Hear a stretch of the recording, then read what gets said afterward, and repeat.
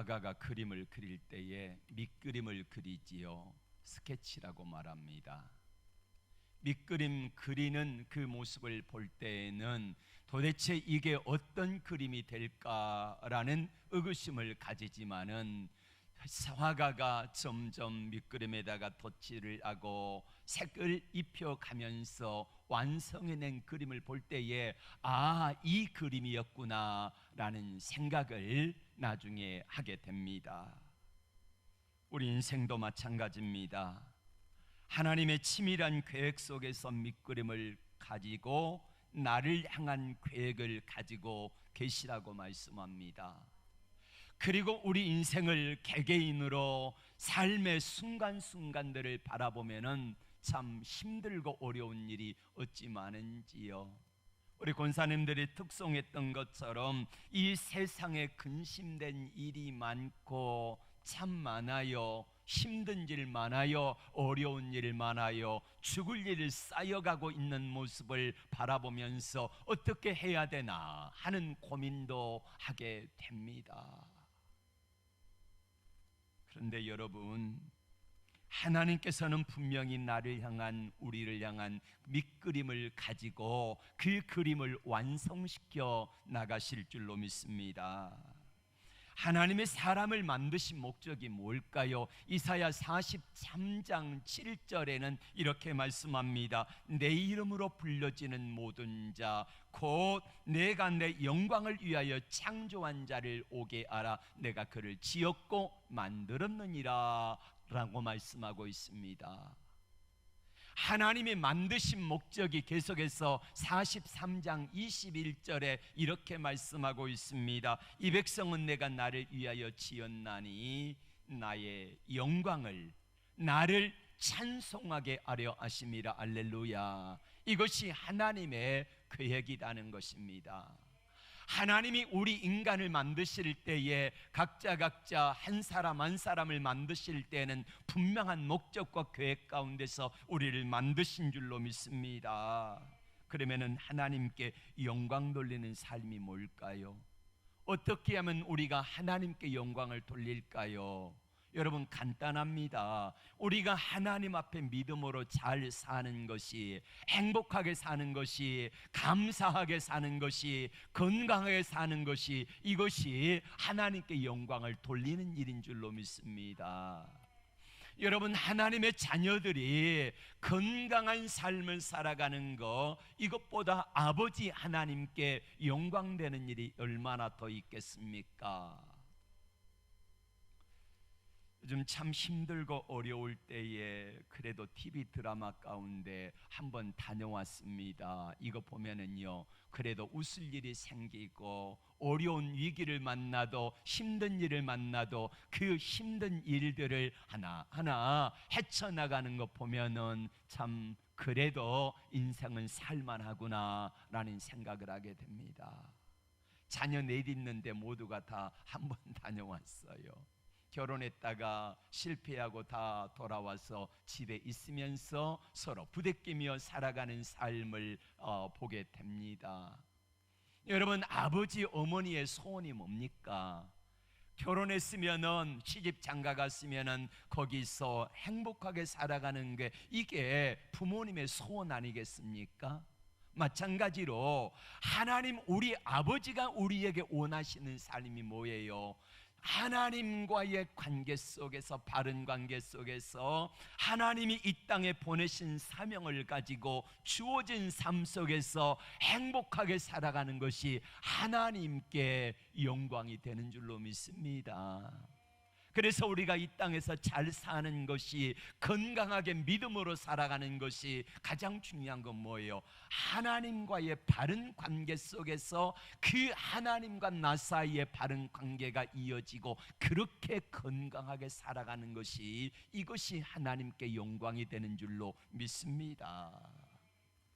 출애굽기에 보면은 하나님께서 모세를 보내어 이스라엘 백성들을 끄집어내려고 하세요. 이때에 바로 왕에게 모세가 갔을 때에 모세가 바로 왕에게 하나님 말씀을 전합니다. 내 백성을 돌려다오. 내 백성을 광야로 가가지고 3일길쯤 가서 하나님께 예배드리고자 하니 내 백성을 보내라 라고 말했습니다. 그런데 바로왕이 어떻게 해요? 순수하게 그래 가라 하지 않습니다. 마음이 강팍해집니다. 여러분, 하나님께서는 이미 모세에게 출애굽기 3장 19절을 통하여 계획을 하셨습니다. 내가 바로왕의 마음을 강팍하게 하리라 라고 말입니다. 하나님의 바로왕의 마음을 강팍하게 하겠다는 겁니다. 언제까지 강팍하게 돼요? 하나님이 큰 재앙으로 애굽 사람들을 치실 때까지. 그래서 하나님이 살아계신 하나님이구나, 진짜 신이라는 사실을 애굽 사람들로 알게 하리라. 그때까지 강팍하게 되어진다라고 하나님이 말씀을 하셨습니다. 이스라엘 백성들 입장에서는요, 삶을 평안하게 살다가 날벼락을 맞은 거예요. 비록 애굽의 노예 종살이의 삶이지만은 그래도 나름대로 먹고 살 수는 있잖아요. 학교도 다닐 수 있잖아요. 일할 수 있는 일터가 있잖아요. 그런데 갑자기 하나님께서 나타나셔가지고 모세를 보내가지고 이스라엘 백성들을 해방시키려고 하는 계획이세요. 하나님이 430년 전에 아브라함에게, 아니 430년이 뭡니까? 훨씬 난 500년 전에 하나님이 아브라함에게 약속을 하셨거든요. 뭐라고 약속하셨습니까? 너희 백성이 이방에서 객이 돼가지고 4대 만에 돌아오리라 라는 하나님의 말씀을 주셨다는 거예요. 하나님의 약속하신 말씀대로 차근차근 이루어져 가는데 현실의 삶은 힘들고 어려워요. 모세가 가가지고 내 백성을 돌려달라 했을 때에 바로왕은 마음이 강팍해집니다. 이스라엘 백성들이 벽돌 굽기를 하는데 평소에는 흙에다가 집을 넣어가지고 지를 이겨가지고 벽돌을 굽는데 바로왕이 집을 공급해 주지를 않는 거예요.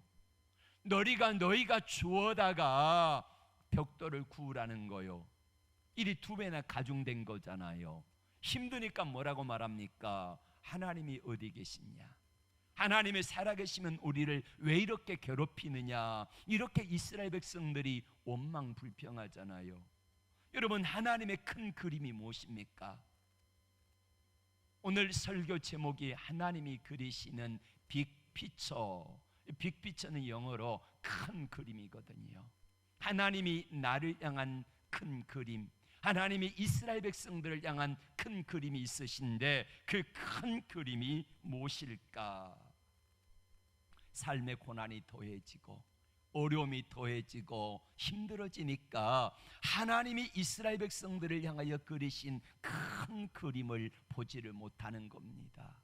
지금 당장의 문제, 먹고 살고 고난당하고 힘들고 어려운 문제만 보이는 거예요. 우리가 코로나로 인하여서 힘들고 어렵습니다. 어떤 이는 직장을 잃어버리고 물질이 많이 빠져나가 버리고 삶이 곤고해지고 어려워져 갑니다. 이러할 때에 우리는 하나님 앞에 이런 생각을 가질 수 있어요. 하나님 보고 계십니까?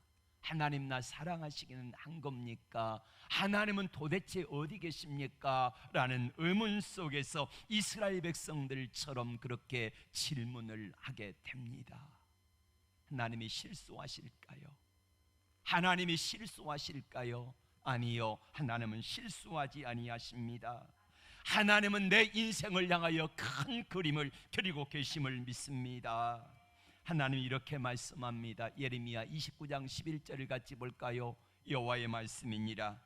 너희를 향한 나의 생각을 내가 아나니 평안이요 지향이 아니니라. 너희에게 미래와 희망을 주는 것이니라. 아멘. 너희를 향한 나의 계획이 있다고 말씀하십니다. 나를 향한 하나님의 계획이 있는데 뭐예요? 재앙이 아니라 평안이요 장래 소망을 주려 하는 생각이다. 이렇게 말씀을 하고 계시는 것입니다. 이게 잘 이해가 되어지지 않아요. 내 삶은 힘들고 어려운데 재앙이 아니라니요, 평안이라니요, 내 마음속에 평안이 없는데 이 세상에 근심된 일이 많고 참 평안을 몰랐구나. 그런데 평안도 없고 근심도 많은데 어떻게 이것이 장래 소망이고 이것이 행복이라는 말입니까? 잘 이해가 되어지지 않는다는 거예요. 바벨론 포로 중에 있는 이스라엘 백성들에게 하나님이 말씀하십니다. 너희를 향한 나의 생각은 내가 아나니 재앙이 아니라 평안이요 장래 소망을 주려는 생각이라. 하나님 웃기지 마세요. 지금 우리 형편을 보고도 그런 말씀이 나오십니까? 이런 이스라엘 백성들이 만났을 거예요. 노예잖아요. 종살이잖아요. 그런데 하나님 말씀하시기를 장래 소망을 주려는 생각이다, 재앙이 아니라, 이렇게 말하니까 잘 이해가 안 되는 것입니다. 하나님 앞에 낙심하고 절망하는 이스라엘 백성들에게 하나님은 말씀하십니다. 예레미야 29장 5절, 6절, 7절 말씀 같이 볼까요? 시작. 너희는 집을 짓고 거기에 살며 텃밭을 만들고 그 열매를 먹으라. 아내를 맞이하여 자녀를 낳으며 너희 아들이 아내를 맞이하며 너희 딸이 남편을 맞아 그들로 자녀를 낳게 하여 너희가 거기에서 번성하고 줄어들지 아니하게 하라. 너희는 내가 사로잡혀 가게 한 그 성읍의 평안을 구하고 그를 위하여 여호와께 기도하라. 이는 그 성읍이 평안함으로 너희도 평안할 것임이니라. 아멘. 이스라엘 백성들이 바벨론 포로로 끌려갔습니다. 포로로 끌려갔을 때에 저들은 낙심하고 절망했습니다. 성전이 파괴되고 성벽이 무너지고 나라가 다 망했잖아요. 마지막 시드기야 왕은 자식들이 자기 보는 눈앞에서 자녀들이 비참하게 자녀들과 아내가 죽었습니다. 그리고 자기는 두 눈이 뽑혀가지고 바벨론 포로로 끌려갔습니다. 이 모습을 본 백성들, 그 다음에 고관의 자녀들, 그리고 조금이라도 힘 있는 사람들, 이런 사람들은 바벨론으로 다 끌려가잖아요. 끌려가서 희망 없이 살아갈 때에 하나님께서 말씀하십니다. 너희는 이 땅에서 70년을 살 거야. 그러니 너희 자녀들끼리 서로 결혼해서 아이들을 낳고 수가 줄어들지 아니하게 해라. 그리고 이 나라 바벨론을 위하여 기도하라. 이 나라가 안전해야지 너희가 건강하고 이 나라가 건강해야지 그래야지 너희가 살 것이다. 이런 말씀을 하나님이 하셨던 것입니다.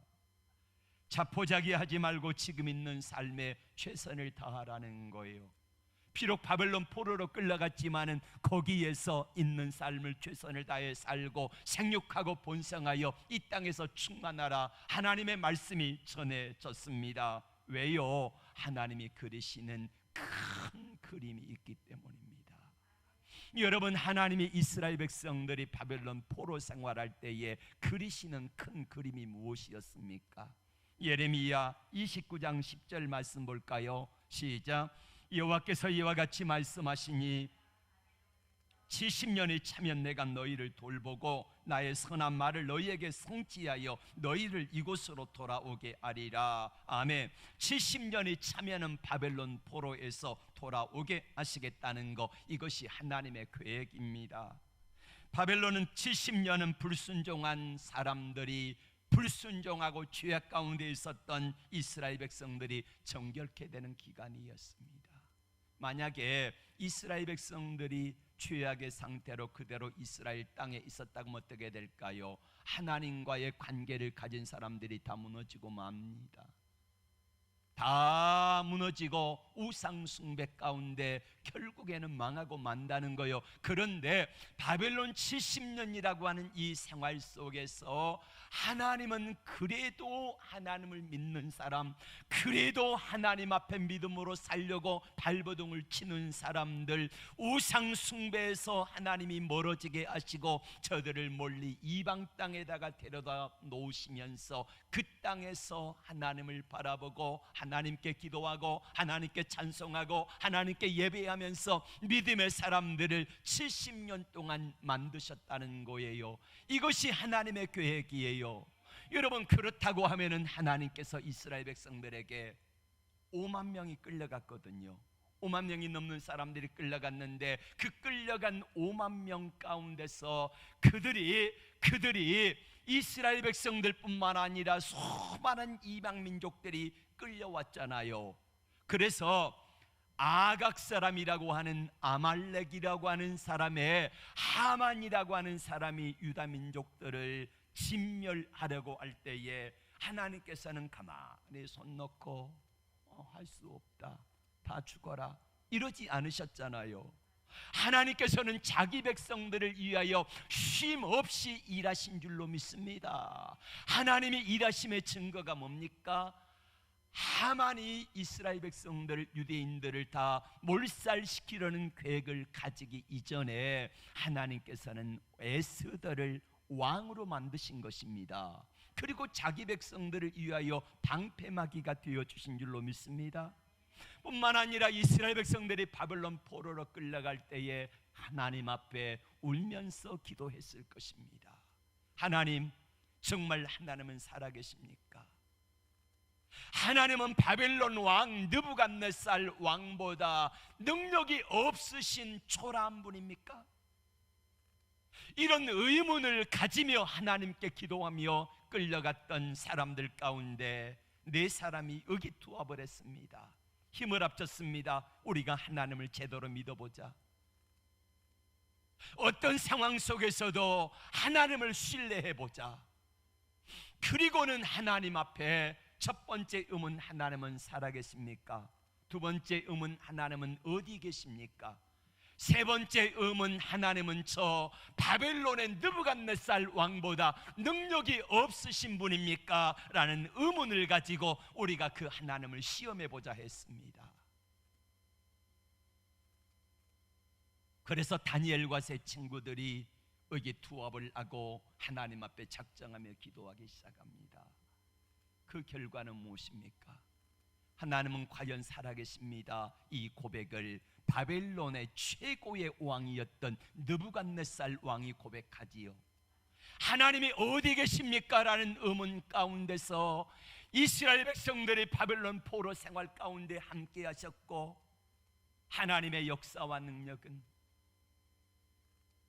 다니엘의 세 친구들이 풀무불 속에 들어가 계실 때에 바로 주님의 능력이, 하나님의 권능이 풀무불 속에서 친히 이스라엘 백성들과 함께 하시는 것을 보여주신 것입니다. 바벨론이라고 하는 용광로와 같은 곳에 저들이 던져졌지만은 세 친구들이 바벨론 포로 생활할 때에 하나님의 말씀을 지키다가 우상에게 전하지 않겠다고 하나님 앞에 믿음으로 나가다가 7배나 뜨거운 풀무불 속에 던져졌을 때에 하나님께서는 저들을 내몰라라 하는 것이 아니라 하나님께서는 바로 그 자리에, 고난받는 그 자리에, 고통받는 그 자리에 하나님의 백성과 함께 하신 것처럼 고난받는 이 자리에, 고난받는 여러분들에게 하나님이 함께 하심을 믿습니다. 그렇게 해서 하나님께서 역사하셨다는 거예요. 이스라엘 백성들에게 바벨론 70년간의 포로 생활은 하나님의 큰 그림 속에 보면은 맞습니다. 재앙이 아니라 평안이요 장래 소망을 주려는 생각인 줄로 믿습니다. 우리는 두 번째로 요셉을 향한 하나님의 큰 그림을 생각해 봅니다. 하나님이 종으로 팔려가 노예로 있는 요셉에게 말씀합니다. 예레미야 29장 11절 같이 봅니다. 여호와의 말씀이니라. 너를 향한 나의 생각을 내가 아나니 평안이요 재앙이 아니니라. 너에게 미래와 희망을 주는 것이니라. 요셉에게 이 말씀이 들려집니다. 요셉이 이 말씀을 들을 때 어떤 생각이었을까요? 하나님, 내 형편을 보고도 이런 말씀이 나오십니까? 이게 재앙이 아니고 평안이라니요, 이게 말이 됩니까?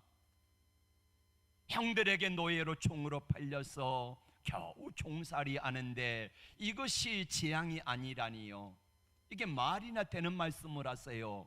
지금 내가 재앙을 받고 고통을 받고 있는데 무슨 그런 말씀을 하십니까? 이 모습을 보고도 하나님 그런 말씀이 나오십니까? 라는 질문을 요셉이 하나님께 하지 않았을까요? 우리는 요셉의 완성된 그림을 잘 알잖아요. 몇 년 기다리면 돼요? 13년 기다리면 돼요. 13년 기다리면은 요셉은 갑자기 어느 날 하루아침에 감옥에 있다가 애굽의 총리 대신 되어지는 영광의 자리에 오르잖아요.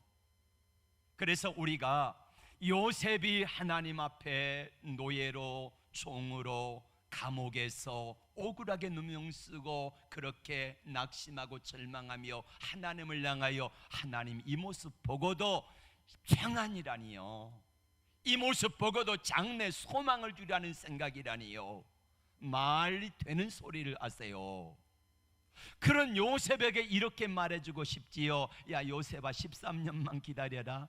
13년만 기다리면 금방 끝나. 너 애굽의 최고 지도자가 될 거야. 이렇게 우리는 말해줄 수 있잖아요. 이것이 하나님이 요셉을 향한 빅피처기 때문에 그래요. 자, 다음 세 번째로 우리는 다윗을 향한 하나님의 생각, 큰 그림을 한번 봅시다.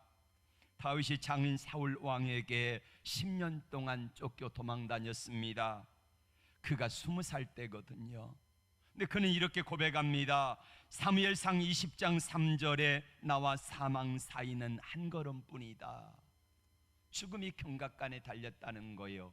왜냐하면 장인 사울이 특수부대 3,000명을 데리고 찾았거든요.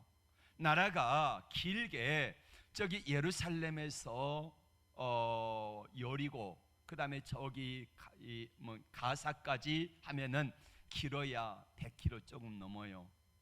그리고 예루살렘에서 갈릴리까지 150km 정도밖에 안 됩니다. 그러면은 밑에서 위에까지 전체를 다 뒤져도 250km, 250km 좁은 땅덩어리 아닙니까? 숨을 곳이 뻔해요. 국토의 80% 이상이 광야입니다. 광야. 숨을 곳이 어디가 있어요? 그럼 먹고 살아야지 광야에도 살 것 아니겠습니까? 그런데 사울 왕이 죽이려고 쫓아오는 거예요.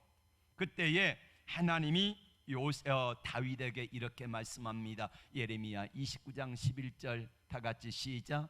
여호와의 말씀이니라.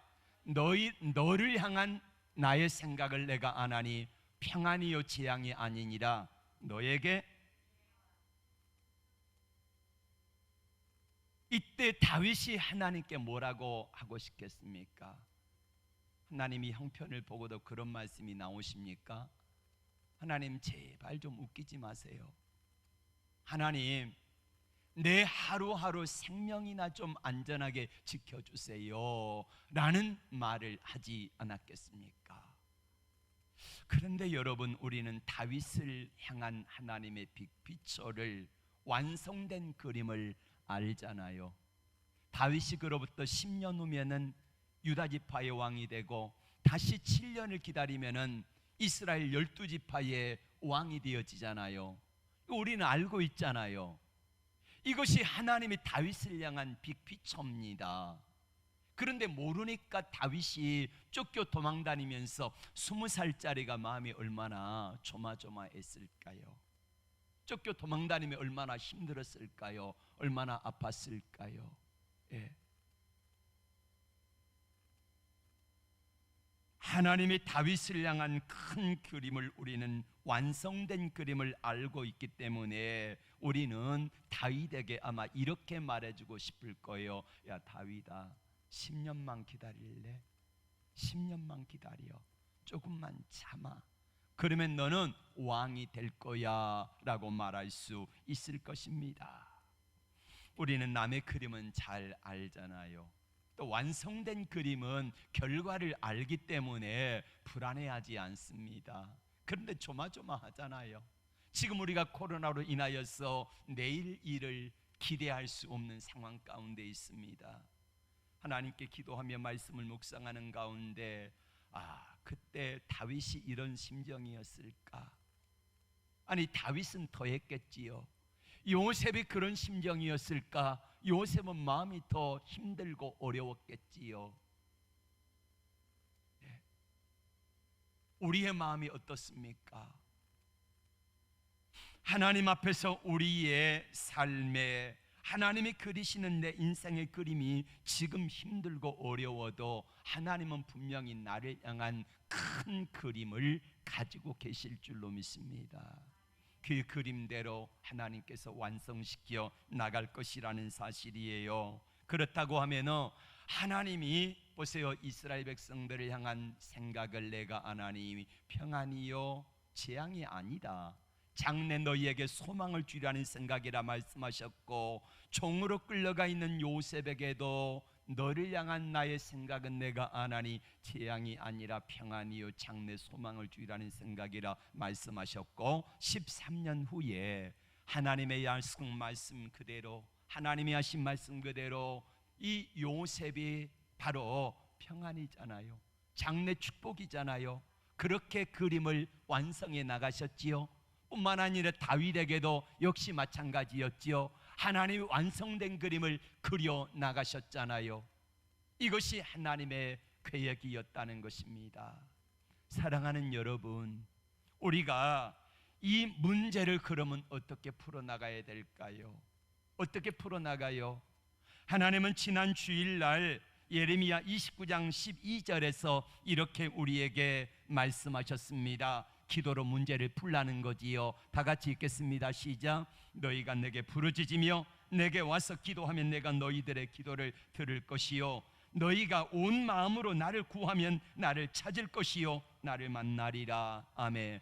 예수님은 신약에 오셨어도 마태복음 7장 7절부터 구하라, 찾으라, 두드리라, 그리하면은 열리리라 약속하셨습니다. 또 예수님은 마지막 이 땅에 계시다가 그리고 마지막 최후의 만찬을 하시고 잡히시기 전날이죠. 아니 잡히시는 바로 그날 만찬 자리에서 이렇게 말씀하셨습니다. 요한복음 14장과 요한복음 16장에 보면은 너희가 지금까지는 내 이름으로 아무것도 구하지 아니하였는데 앞으로 내 이름으로 구하라, 그리하면은 주시리라 약속을 하셨고요. 또 요한복음 14장 14절에 내 이름으로 무엇이든지 내게 구하면 내가 시행하리라 약속을 하셨습니다. 이스라엘 백성들에게도 재앙이 아니라 평안이요 장래 소망을 주시는 생각을 어떻게 이루어 나간다고요? 기도하면은, 너희가 내게 와서 기도하면은 내가 들을 것이요 전심으로 나를 찾고 찾으면 내가 만나리라 약속을 하신 줄로 믿습니다. 그래요, 오늘 믿음의 사람들이 기도로 이 문제를 풀어갑니다. 다윗을 보세요.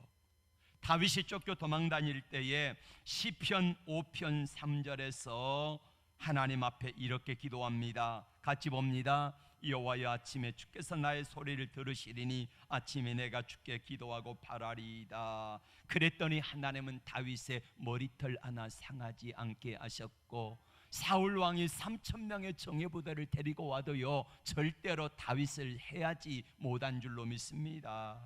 다윗은 나중에 시편 30편 11절에서 이렇게 고백합니다. 같이 고백해 봅니다. 주께서 나의 슬픔이 변하여 내게 춤이 되게 하시며 나의 베옷을 벗기고 기쁨으로 띄우셨나이다. 아멘.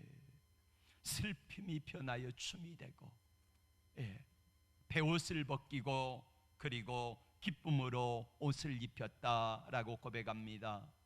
압살롬, 자기 아들 압살롬이 늙음하게 다윗을 향하여 반역을 일으켰습니다. 역시 다윗은 이 문제를 하나님께 가지고 나가서 기도합니다. 시편 3편 4절 같이 봅니다. 내가 나의 목소리로 여호와께 부르짖으니 그의 성산에서 응답하시는도다. 모두가 다 압살롬의 성공한 쿠데타라고 했습니다. 다윗은 끝났다고 했습니다. 그러니까 시므이가 도망가는 다윗 왕을 향하여 돌을 던지며 저주를 퍼부어댔잖아요. 그런데 실패할 수밖에 없는 다윗의 삶인 것 같았지만은 하나님께 기도했더니 하나님께서 다시 돌아오게 하신 줄로 믿습니다.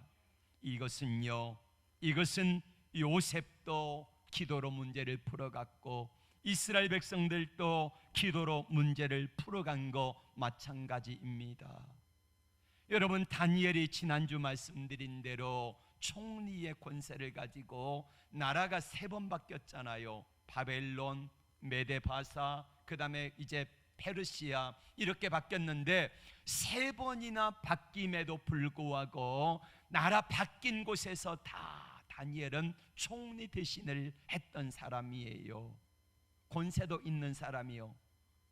자기가 새 나라가 바뀔 정도로 그럼에도 불구하고 총리 대신을 했기 때문에 자기 사람들이 얼마나 많았겠습니까? 그런데 그는 하나님 앞에 자기의 가진 실력, 지위 이용하지 아니하고요, 하나님 앞에 기도로 문제를 풀어가요. 그랬더니 하나님께서 그 문제를 풀어주신 줄로 믿습니다. 다니엘서 9장 23절에 보면은 곧 내가 기도를 시작할 쯤에 명령이 내렸으므로 이제 내게 알리러 왔느니라, 이렇게 말씀을 하세요. 다니엘이 20일을 작정 기도를 했거든요. 고국이 돌아가야 될 때가 가까우니까, 70년 바벨론 포로가 끝나갈 때가 가까워 오니까 이제 계산해 보니까 2년밖에 안 남았어요. 2년밖에. 그런데 돌아갈 길은 요원해요. 그래서 하나님 앞에 작정하며 기도하잖아요. 그때 하나님이 다니엘의 기도를 들으시고 하나님께서는 응답하신 줄로 믿습니다. 하나님께서 다니엘에게 이렇게 말씀하세요. 내가 21일 작정 기도를 시작했는데 그 기도를 시작할 첫날 내가 응답을 사인을 했다. 그러면 나머지 20일은 뭡니까? 20일은 이스라엘 백성들이 하나님의 역사를 믿음으로 인내하며 기다리며 그것들을 이루어내는 기간이 바로 20일 동안 20일. 다시 말하면은 앞으로 2년 후에 이스라엘 백성들이 바벨론 포로로 해서 이제 해방되어 돌아갈 것인데, 가만히 앉아서 아무것도 안 하는 것이 아니라 다니엘이 응답이, 하나님의 약속이 70년이 차면은 돌아가리라 한 약속이 있지만은 그 약속대로 이루어지려면은 나머지 2년 동안을 하나님 앞에 기도하면서 그것이 계속해서 이루어지도록 인내하는 기간입니다. 그래서 이것을 이루어 나간다는 거예요. 여러분, 누가복음 8장 15절을 통해서 옥토가 뭐라고 말씀합니까? 옥토가요, 옥토는 다른 데 있지 않다는 거예요. 하나님의 말씀을 들을 때에 착하고 좋은 마음으로 말씀을 듣고 그 말씀을 듣고 지키어, 가장 중요한 것은 인내로 결실하는 자니라. 할렐루야. 인내로, 오래 참음으로, 기다림으로 열매를 맺더라, 이렇게 약속하고 계시는 것입니다. 신명기 8장 2절에서 하나님이 이렇게 말씀합니다. 우리 한번 같이 볼까요? 내 하나님 여호와께서 이 40년 동안에 내게 광야길을 걷게 하신 것을 기억하라. 이는 너를 낮추시며 너를 시험하사 내 마음이 어떠한지 그 명령을 지키는지 지키지 않는지 알려 하심이라. 아멘. 하나님의 40년 동안 광야의 길을 걷게 하신 이유가 있다는 거예요. 이스라엘 백성들이 하나님의 말씀을 지키는지 아니 지키는지, 하나님 말씀이 들려올 때 순종하는지 아니 하는지, 그거를 알려고 하나님이 계속해서 훈련하는 기간이었다는 거예요. 여러분, 자녀들이 부모의 뜻대로 살아가지 못할 때 부모의 마음은 대단히 안타깝잖아요. 저 자식이 조금만 순종하고 부모 앞에 머리를 숙이며 들어오면 될 터인데 계속해서 얻어 터지기 위하여서 반항만 하고 있는 모습을 바라보는 부모의 심정을 얼마나 안타깝겠냐는 말이에요. 하나님이 이스라엘 백성들에게 계속해서 기회를 주시잖아요. 하나님의 말씀을 주어 보잖아요. 어떻게 아는가? 그랬더니 툭 하면은요 원망하고 불평하고, 좀 살만하면은 해했다가 조금 힘들고 어려우면은요 원망 불평하고, 이런 모습을 바라보면서 하나님은 계속해서 훈련시키는 그 아버지 하나님의 마음도 참 힘드셨을 거예요. 예. 독수리가 자기 새끼를 훈련시킵니다. 이 신명기 32장 11절에 보면은 독수리가 자기 새끼를 훈련시키는데요, 보금자리를 어지럽게 합니다. 이제 새끼가 이제 커가지고 날 정도가 되었지면은 일부러 독수리는, 어미 독수리는 새끼들이 있는 안락한 보금자리를 발로 막 짓밟아 버려 가지고요, 밑에 있는 뾰족한 가시들이 올라오게 만들고, 그렇게 해서 둥지에 있기가 싫어하도록 만든다는 거예요. 그리고는 새끼를 업고 갑니다.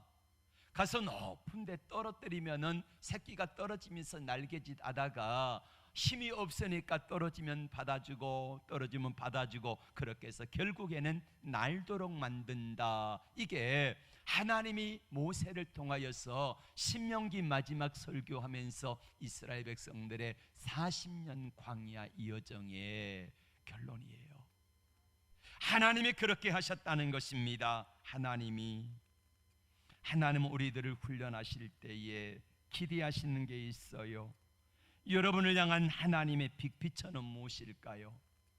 여러분을 향한 하나님의 큰 그림이 무엇일까요? 어떤 계획을 가지고 계실까요? 하나님이 만드신 자연 만물을 하나님은 사랑하시는데, 특별히 사람을 만드실 때에 만드시고 나서 뭐라 그러셨습니까? 보시기에 심히 좋았더라. 할렐루야. 하나님이 나를 만드시고 뭐라 그러세요? 보시기에 심히 좋았더라. 예? 이게 믿어지십니까? 아멘입니까? 하나님이 나를 만드시고 나를 보시면서 내가 너를 보니 심히 기쁘다라고 말씀을 하셨다는 거예요. 낮은 울타리라고 하는, 우리 대학 다닐 때 한참 선풍적인 인기를 끌었던 기독교 월간 잡지가 있습니다. 그 낮은 울타리의 대표였던 신상원 이 형제가 이런 고백을 합니다. 그가 이제 청주 교대를 들어갔는데, 여러분 청주 교대 그때 돈으로 10만 원도 못 됐어요, 등록금이. 제가 대학 들어갈 때에 40만 원이었거든요. 40만 원. 국립대학이 40만 원 대학금 등록금일 때, 그때 교대는 그 3분의 1도 안 됐습니다. 근데 거기 들어가 가지고 등록금을 내야 되는데 낼 돈이 없는 거예요. 이 사람이 예수를 믿기는 믿는데 해가지고 돈 없는 자기 부모를 원망합니다. 친척들 안 도와준다고 원망합니다. 그러니 사람들이 다 미워요. 가진 사람들이 저주스러워요. 마음속에는 온갖 독이 올라와 가지고요, 또 자존감이 떨어지니까 세상의 부정적인 말을 했습니다. 그렇게 해서 그래도 예수 믿는 사람이기 때문에 하나님께 기도했는데요, 등록 마감 날인데 그날까지도 낼 돈이 없는 거예요. 하나님을 향하여 얼마나 원망하고 저주했는지 몰라요, 이 양반이. 등록 마감일인데 그날 아르바이트 이제 과외하는데 아르바이트가 됐다고 연락이 왔어요. 그래서 그 사실을 가지고 이 사람이 학교로 달려갔습니다. 가가지고 교무처장인가요? 이 양반에게 나 이렇게 해서 아르바이트가 자리가 났으니까 내가 학교 다니면서 알바해가지고 내가 돈을 갚아 드릴 테니 제발 좀 어떻게 해달라고. 그랬더니 무뚝뚝한 교무처장이요, 자기 그 통장을 하나 주면서 이거 찾아가지고 여기서 내라고. 은행에 가가지고 찾아와서 등록금을 내고 났는데요, 하늘이 갑자기 따스해 보이더래요.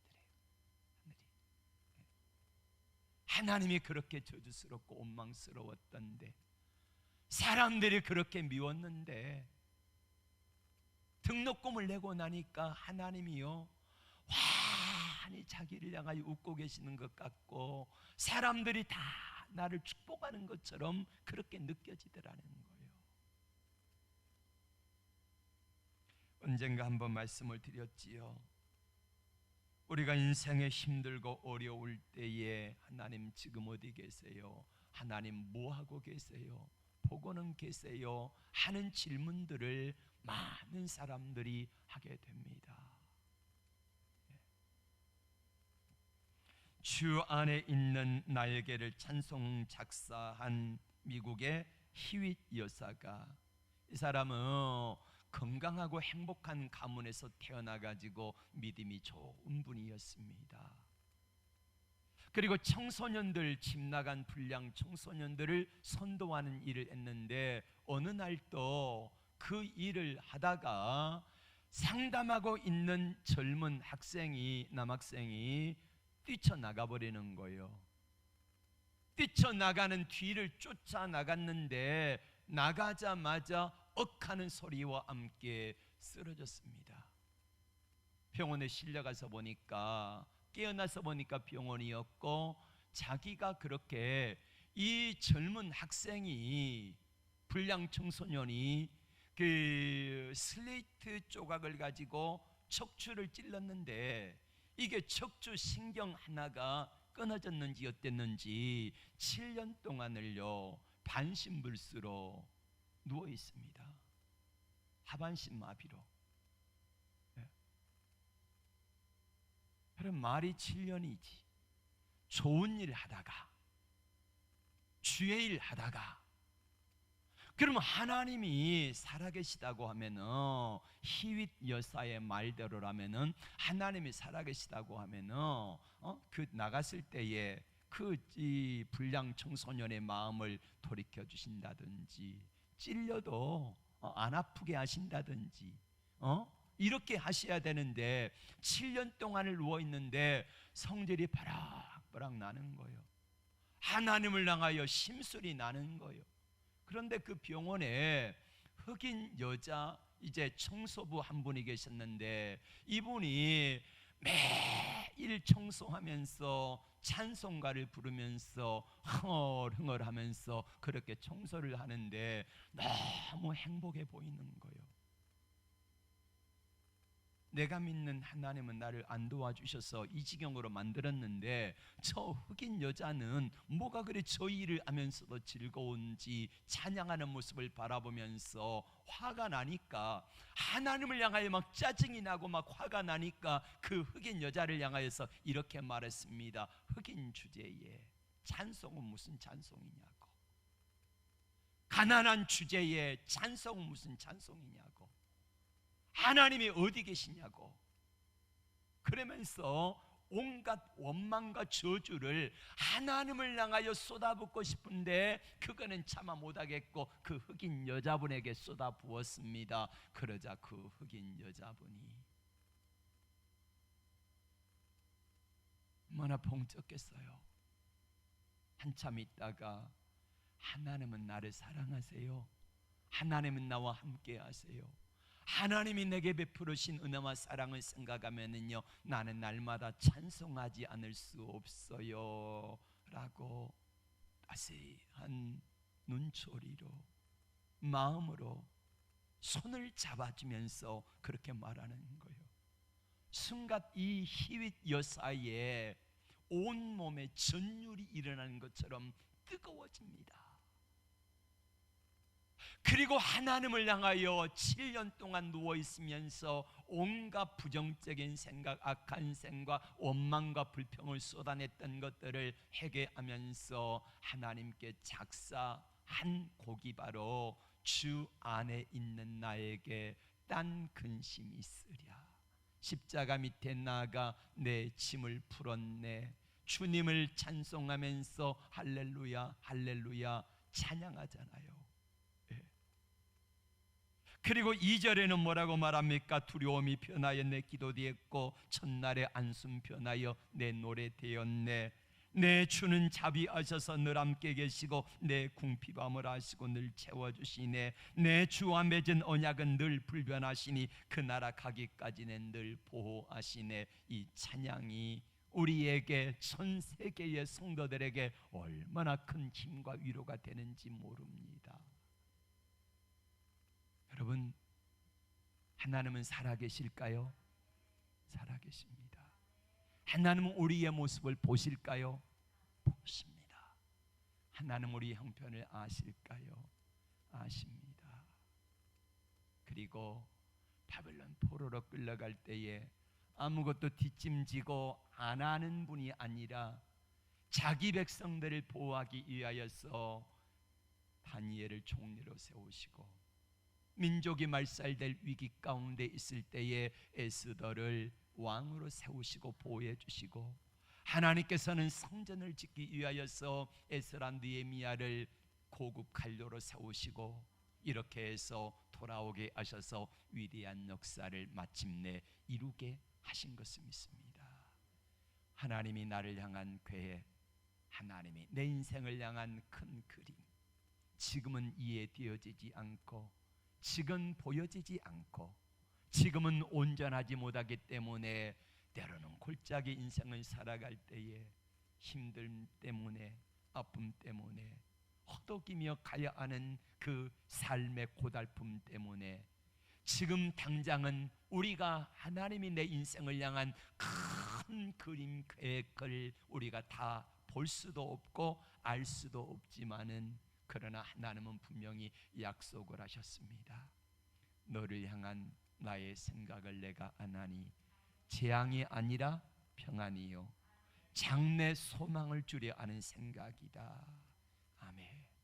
하나님의 말씀을 저는 신뢰합니다. 여러분, 하나님의 말씀을 전하는 주의 종을 신뢰하십시오.